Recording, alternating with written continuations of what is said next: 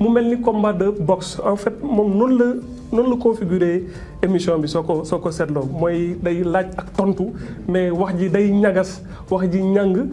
ba mais benn objectif la ci am mooy que accoucher une vérité suñ jógee ci émission bi ñu xam ne lii mooy dëgg ji kenn raay ko mais su ci paree mu ngi ci benn kii te soo seetloo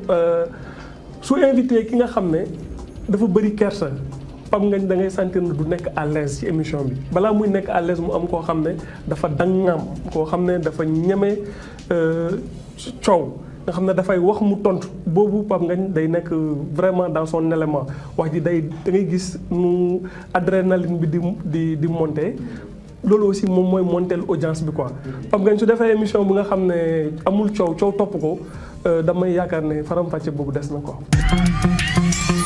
Sénégal les gens sont exigeants ci ñi nekk à l'initiative te du ñu participer ci initiative pour initiative bi jëm kanam des tribunes comme bii ñu am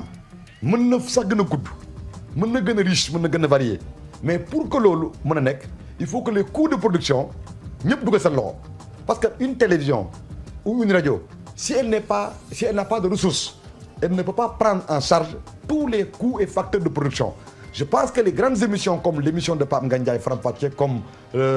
l'émission de Mamoudou Ibra Kane, comme l'émission de Alassane Samba Diop, le débat ou le rendez-vous,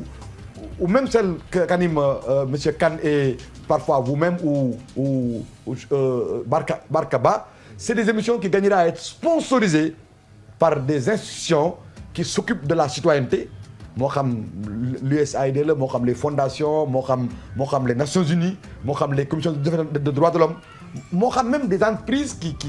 s'occupent de la bonne gouvernance par exemple je vois pas Forum Civil wala l'ARMP wala DCMP wala ay ADM wala ay PNDL pour ne parler que ñi nga xam ne nii comme man maire la ñu ngi évoluer dans le domaine des municipalités ñooñu suñuy sponsoriser équipe bi kii émission bi dinañ sax contribuer à la formulation de questions pertinentes et puis jàppale leen ñu jël ay oto dem ci dëkk àll yi gëstu parce que aussi loolu dina enrichir émission yi. li ma ko ciy digal daal moom mooy ni mu jàppoo na ko continuer te bu mu ko yokkul bu mu ko wàññi. loolu daal laa koy digal. émission bi man pour man am na li ñu si mën a apporter comme amélioration comme dafay def vue panoramique ou l'actualité de temps en temps ce serait bien man je ne sais pas si changé na ou pas entre temps ce serait bien de temps en temps muy wane ay images li muy wax illustrer ko mais en tout cas man bi mu fay ñëw amuloon loolu mais ce serait bien mu ne par exemple bon léegi.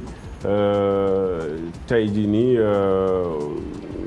Sénégal mi ngi doon football jongante ak Côte d'Ivoire résultat bi la joxe ñu wane ko buñ ko wane ñu commenté ko mooy gën a indi dafay gën a vivant dafay gën a nekk lu méngoog li am mais bon oralement rek lay wax bu waxee oralement nga tontu ko oralement mais c'est bien mu bu illustrer ñu seetaanandoo loo ci xalaat. yow nga wax et cetera moi je trouve que ça c'est mën na def micro-trottoir yooyu yëpp ñu ne tey jii nii Sénat bi président dissoudre na ko ñu laaj ñii ne d'accord nañ ñii ne d'accorduñ et cetera nga commenter moo gën a vivant plutôt que nga ne mais Sénat bi dissoudre nañ ko loo ci xalaat donc c'est un peu ça pour man loolu mun na vraiment améliorer l'émission je pense bien. li ma bëggoon rek mu def ko ci mu yokk ko ci mooy xam nga réew mi dañuy déglu nit ñi. te wala duñu xam ñu jóg na ñan lañu wala xam ci ñoom ci li noon seede ci ñoom wala li soppe seede ci ñoom communication moo toll noonu ci àdduna bi nit ku baax nañ ko bonloo ku bon nañ ko baaxloo ci ay pexe rek pexe noonu léegoo-léegi ñu dégg jaar-jaaru nit soppi gis-gis ak waxin ci moom bu ci mënoon langal tuuti rek ci tàmbali émission bi comme ni nga ñëwee tey yow di saytu émission bi naka la ko nit ñi gisee kenn ko xam ne juróomi minute wax ki ñuy dalal mooy kan dafa am solo portrait bu gàtt mooy kii ñu dalal tey juróomi minute ngeen déglu ko moom mooy diw sàngam moo jaar fii ak fële daal di teg laaj ko lu mu ci xalaat lu ci ñambaas mu ñambaas ko te ñu commencé na waxtaan wax même làmb ja bala ñuy roofoo mbër mu ne day teg ndëndam teg bàkku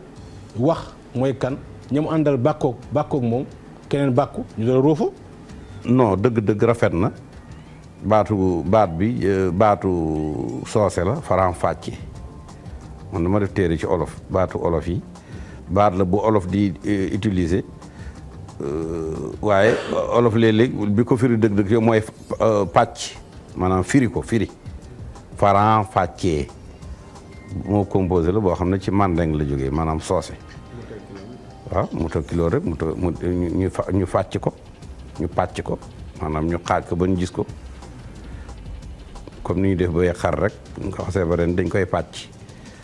pàccoo boobu mooy faram fàcc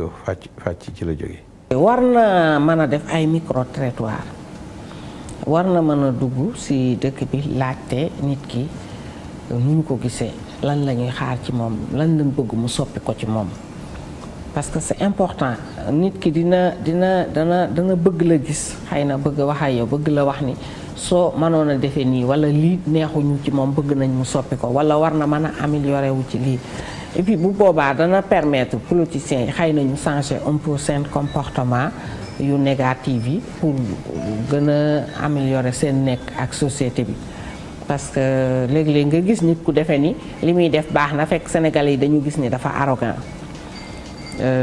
léeg-léeg nga gis koo xam ne defe na ni muy liggéeyee noonu la fekk Sénégalais yi bëggewuñ ko woon noonu alors bu defee micro trottoir moom dana gën a améliorer liggéeyam dana gën a aussi mën a approfondir ay questions par rapport ak invité mais aussi invité bi dina xam lan la Sénégalais société bi xalaat ci moom et c'est important nga xam lan la société sénégalaise bi xalaat ci leader bi. c'est-à-dire man j'aimerais que au moins muy am une feuille de route teg ko ci kanamam préparer ay questions même su fekkee sax dañuy dem ba muy sànneeku ci yeneen boor feuille bi mu jàkkaarloo dina ko delloosi ci solo bi nga xam ne moo taxoon mu invité l'invitation. Mais sinon ñu ngi koy remercier d'abord ci création wu Faram Facce di ko encourager parce que c'est un jeune qui a un don xëy na sax jàngul journalisme soriwu ci mais don yàlla moo koy maye te yàlla may na ko un don boo xam ne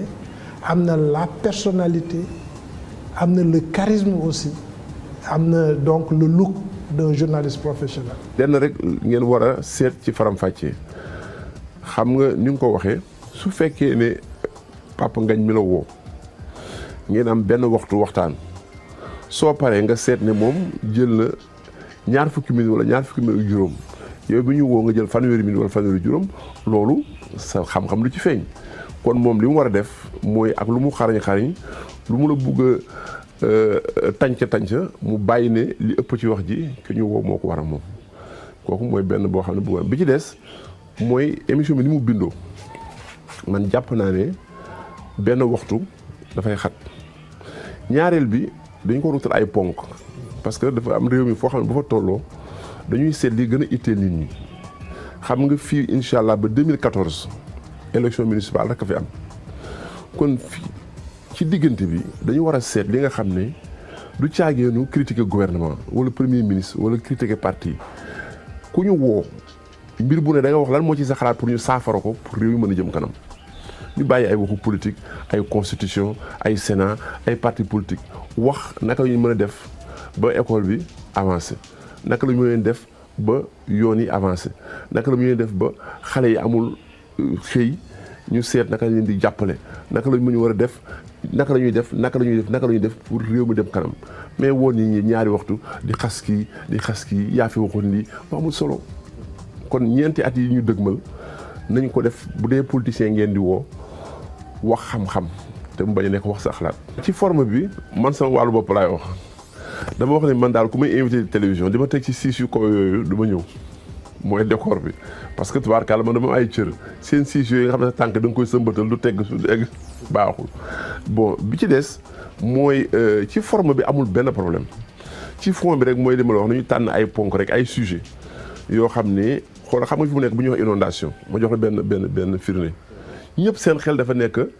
ci ñi seen kër yàqu ci biir Dakar mais inondation bi bu loolu weesoo li mu yàq ci mbay mi ak suuf si diggante Fuuta Ndar Casamance tey jii boo demee fi ñuy wax Bafing bakoo yi mooy dex yi nga xam ne ñooy sottee ko ci biir fleuve Sénégal ñu ngi fees a fees ba feegu weer ba matul Ndar dina gën a suuf xam nga dafa bari ay façon daal lenn lu ci nekk mun nañu ko faram-fàccee wante mu nekk loo xam ne waxu politique luy jariñu réew su ko defee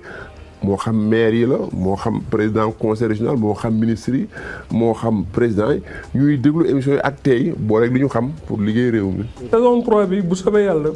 dinañ ci indi ay innovation ñu ngi ciy gëstu mais mënuñu du loo xam ne dañ koy dévoiler parce que liggéey la bu profond concept doo ko joxe nii rek fekk génnagul mais c'est sûr que y aura ay amélioration dinañ tenir compte parce que tout travail n'est jamais totalement parfait et puis même su doon sax ñëpp d'accord nañ ne émission bi baax na amul benn rëq-rëq ñun suñu devoir mooy chaque fois gën a innover gën a bett téléspectateurs yi dans le bon sens indil leen ay innovation et je pense que loolu ñu ngi ciy dox ay jéego. xam nga émission télé boo ci gis nit ki boo ko xasee woo nga ne ko yow dama laa woo ngir ga tey ñu wax politique mais dama jàpp ne kooku normalement buy ñëw. am na loo war a jàpp ci moom loo xam ne lii lu mu wax la loo xam ne war na mën a feeñal lenn ci moom bu ko defee nag nga teg ko ci kanam ay waxam moo xam lu mu mos a wax la mbaa lu mu mës a jëfe la xam nga am na ay émissions yoo xam ne daana am yoo xam ne nit ki da nga koy woo ba pare jël li nga xam ne lépp moo xewoon ci semaine bi li ñu tuddee actualité en image de la semaine nga ko koy jàllaleel bu ko defee moom muy am xalaatam ci loolu ngeen ciy continuer di waxtaan li nga xam ne lépp moo doonoon yillee li ay bés yëpp di ci génn bu ko defee moom mu la ciy jox xalaatam loolu li doonoon njëriñam mooy lu am lu ne moom am na lu mu ko gisee xalaatu boppam da cee wax ku ko dégg maa nga koy gis muy wax loolu da nga kii kat lii xawoon na waaye moom ndekete nii la ko gisee woon la mu ko gisee bu fekkee dëppoo naag li nit ñi mën a xaar ci moom ñu ne way loolu mu wax aw na yoon bu fekkee dëppoo la nit ñi war a xaar ci moom wala ñu kii li mu wax ne lii waaye ànduñu ci ak moom waaye woo nit mu toog rek ngeen di wax di dàgg sant xam nga waxin woo xam ne tey ma wax la nga tontu ma loolu xam nga am na lu mu mën a jur waaye nag da nga war a mën a dépasser loolu moo tax am naa yaakaar ne émission yooyu war nañu léegi di ko teg ci foo xam ne fii plateau bi day nekk waaye nag uti leneen loo xam ne moo yokk ci plateau bi lu dëppook nit ki maanaam gis-gisam doxinam ak li nga xam ne li mës na ko wax ak li nga xam mës na ko jëfe ci lu jëm ci wàllu politique nan la mën a ñëwee ci li ngay def loolu am na ci solo dem sax ba teg moom ci xalaatu boppam ak yi muy génne am ñeneen ñoo xam ne bokk ñoo moom xalaat am ñu koy xalaatee dañu nekk ci plateau bi ak moom maanaam li ñu tuddee ay témoignages extérieurs loolu tamit am na yaakaar lu ci am solo la bu ko defee nag dana tax bu paree ci la muy def lépp ay borom xam-xam dinañ ci wax joxe seen xalaat ñenn ñoo xam ne ñi méngoo ñoo moom xalaat ci wàllu politique dinañ ci mën a dugal seen xalaat bu ko defee loolu nag mooy gën a enrichir émission bi te dana tax aussi ki nga xamee ni kii moom moo préparé émission bi dana ci dem ba buy émission bi jeex la mu ci ëmboon lépp loo xam ne li njariñ la pour ñuy war a seetaan émission bi dana ko ci mën a gis.